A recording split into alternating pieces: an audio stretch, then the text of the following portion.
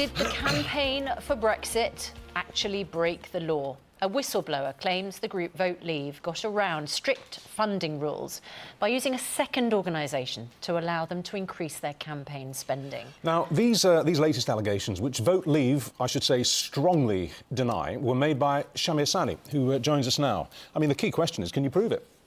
Well, yes. So today we've compiled 40-page documents, and sort of staff members from Vote Leave, as well as people involved in the Vote Leave campaign, have, we've compiled evidence, and we're presenting it at 4 p.m. But is it compelling evidence? I mean, does it really prove that this happened? All the lawyers agree that it is, and then if you want, we've made it crucial that, I've gone out of my way to make sure that the public can see it for themselves. So let's just make it clear to the public, because this is quite complex stuff. But to simplify it... What are you alleging? Yeah, happened? exactly.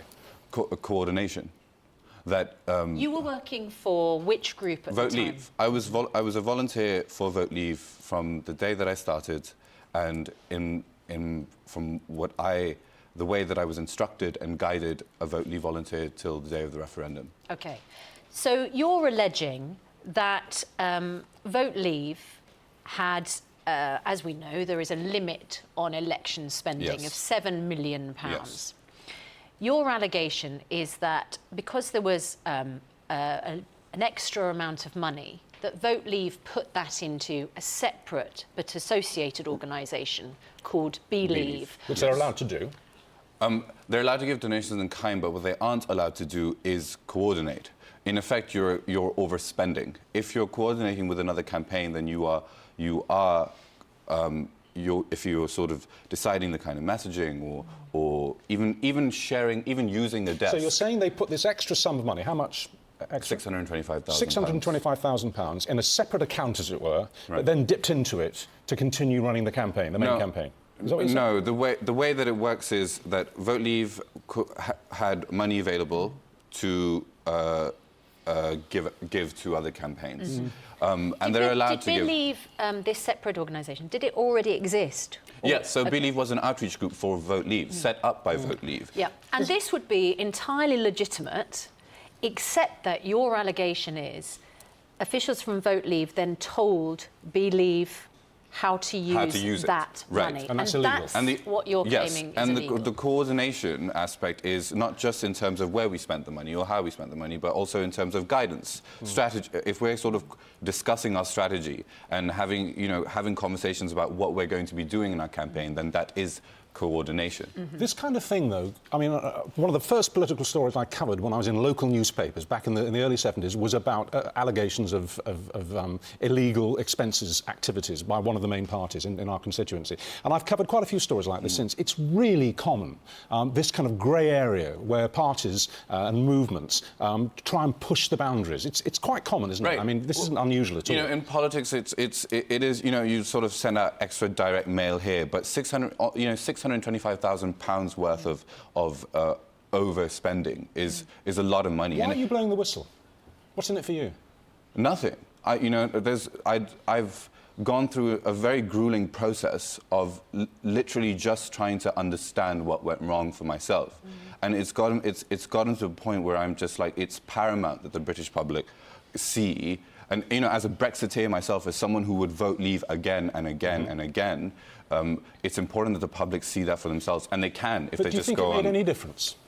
Of course, whether this would make any difference? No. Do you think that what you're alleging made any difference to the result of the referendum? Well, of course it did. Because considering that Vote Leave had a £7 million budget, did the £625,000 that you're alleging was illegally spent, would that have had a material effect on the referendum Leave result? won by 2%, okay? And £625,000 is more than enough to get you, hundreds of millions, even billions of impressions on your adverts. So it's not just, it's not just Leave. It was a digital campaign, which means millions of people were seeing our content again and again and again. And people can see this for themselves. Like I've already helped set up a website called fairvote.uk. If people want to see the evidence for themselves, they can look at it. Would you go so far as to say that if this hadn't happened, Remain might have won? Well, that's not my place really, I don't know. I don't know. All I know is that there was coordination, and that if people hadn't done any wrongs, then they should just come forward and say, provide the evidence. Okay, there is also a personal aspect to this, isn't there? Because one of the people that you're making allegations about then made revelations about your relationship. You know what, like, this weekend has been one of, the most, like, awful weekends for me, because I was, I didn't want to talk about this at all because it's not relevant. And the only reason that this was brought to light was just to make it seem that this is a vendetta. A personal thing. When it's not about me, like, just people can look at the evidence for themselves. So this is a guy you had a relationship with? Yes. And as a result of what you've done... And not for as long as he claims it was. All right, but you've basically been outed or outed yourself. Yes. I mean, I had to come out to my mother day before yesterday, as well as my entire family, as well as take security precautions in Pakistan for my family. Okay, just to be clear, this is a senior Vote Leave figure. His name is Hawkins. He's the political secretary to the Prime Minister. He's now the political secretary to Theresa May. He said that he was saddened by factually and incorrect and misleading statements by you and your lawyers, and said that he could not see how your relationship, which was ongoing at the time of the referendum, and which is a material fact in the allegations being made, could have remained private once you had decided to publicise. No, it's not relevant. Your false claims in this way. It's not relevant because the only thing I'm doing is facilitating and providing evidence. Okay. My relationship is not relevant. That the revelations about your relationship have actually caused a problem for your family. Yes, and driven this conversation to about petty relationships when it was just a campaign fling. Like, it's not relevant. Yeah. It really is not relevant. But what is relevant, you believe, is the evidence. This is quite literally a matter. This is not about Brexit. This is just about our democratic process. And just to be clear, politically, you were campaigning for Brexit. Yes, and I would campaign for Brexit again. So you were satisfied, pleased with the result? Of course, I was elated. Brexit was my first political campaign. And this is why it's been so important for me to bring this to light, is because I and Darren Grimes were used in this process to overspend. Darren Grimes being the person who set up Believe, who then became the chairman of Believe. All right. Just put to you the fact that the Foreign Secretary was asked about this. He played, obviously, a leading role in Vote Leave. He's dismissed the allegation as ludicrous. It is not Boris Johnson's place to determine whether something is true or false. It is the place of the authorities and the Electoral Commission, who I've already provided all the evidence and more. And you're going to provide more evidence at 4 o'clock? At 4 o'clock. There'll be a press conference. Okay.